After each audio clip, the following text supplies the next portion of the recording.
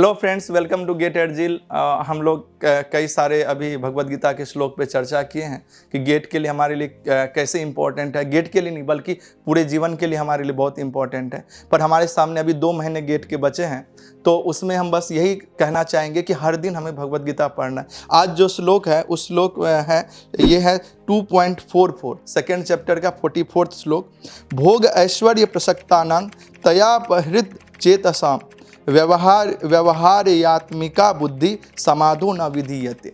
देखिए, इस श्लोक का अर्थ है, जो लोग इंद्रिय भोग और भौतिक ऐश्वर्य से अत्यधिक आसक्त हैं और जो ऐसी चीज़ों से भ्रमित है, उनके मन में भगवान की भक्ति का दृढ़ संकल्प नहीं होता है। तो देखो, भगवान की भक्ति का दृढ़ की बात हो रही है और हमारे लिए भगवान की भक्ति तो है ही, भगवान तो साथ चाहिए ही, साथ में हमारे पास एक गोल है, वो है गेट। तो गेट के प्रति भी हमारी भक्ति होना जरूरी है।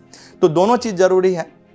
तो अब क्यों गेट के प्रति किसको नहीं होता है? और देखो, यहाँ पे भगवान बहुत सुंदर तरीके से बता रहे कि इंद्रिय भोग। अब क्या होता है, जैसे मान लो 1 घंटा और सो लेते हैं। सबसे पहले बच्चे क्या करते हैं, एक तो देर रात तक पढ़ते हैं। उनको लगता है कि हम ना बहुत रात भर पढ़ेंगे ना तो क्या होगा, हम ना बहुत ज़्यादा पढ़ाई कर लेंगे।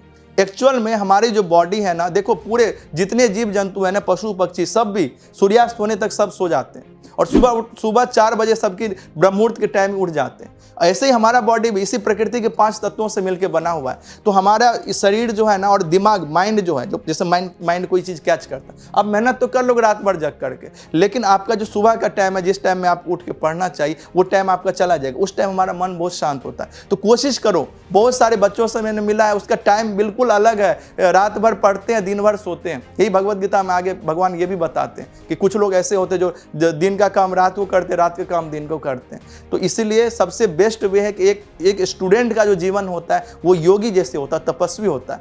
और अभी आप अच्छे से कर लो, बाद में आपके पास दूसरे रास्ते भी है। ये भोग ऐश्वर्य सब आपको करना है, लेकिन अभी जो जरूरत है वो क्या है कि हमको थोड़ा सा ये ध्यान रखना कि मैं एक तपस्वी हूँ, गेट का प्रिपरेशन हमको करना है। तो थोड़ा सा त्याग। पता है, मैं जब सुबह में मैम की क्लास होती थी 7 बजे, तो मुझे सुबह आना होता था और रात को पढ़ते पढ़ते काफ़ी टाइम होता था। तो अपने आप से लड़ाई करता कि नहीं, मुझे इस बार गेट में अच्छा रैंक लाना, अपना बेस्ट देना। अपने आप से लड़ाई करके, स्नान करके तब मैम के पास दौड़े आता था। मेरे पास कोई गाड़ी भी नहीं होती थी, मैं करीब 1.5 किलोमीटर दौड़ के आता था, लेकिन कभी क्लास सुबह का मिस नहीं किया। क्यों? क्योंकि मुझे पता था कि यही टाइम है, अगर अभी हम अपना बेस्ट दे देंगे तो बाद में सब अच्छा होगा। तो मेरे दोस्त, मैं बस आपसे यही रिक्वेस्ट करना चाहूँगा कि बहुत ज़्यादा जो आसक्ति है गेट के अलावा दूसरे चीज़ों से, वो आसक्ति आपको डाइवर्ट कर रही है। आप ये सोचो कि आप ये बार बार उसको मन को जवाब दो, मन को बताओ, समझाओ कि अभी हम अगर गेट में अच्छा कर लेंगे, थोड़ा कष्ट उठा लेंगे, तो बाद में सब अच्छा होने वाला।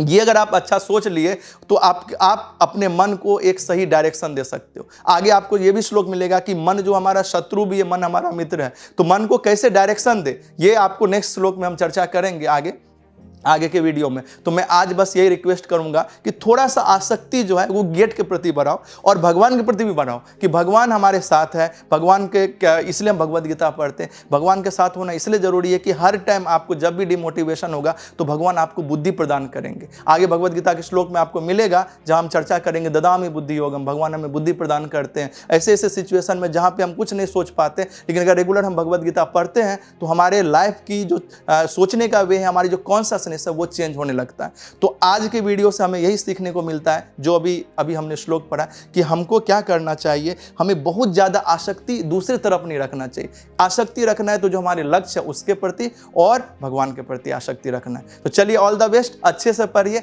फिर मिलते हैं नेक्स्ट वीडियो में। Thank you.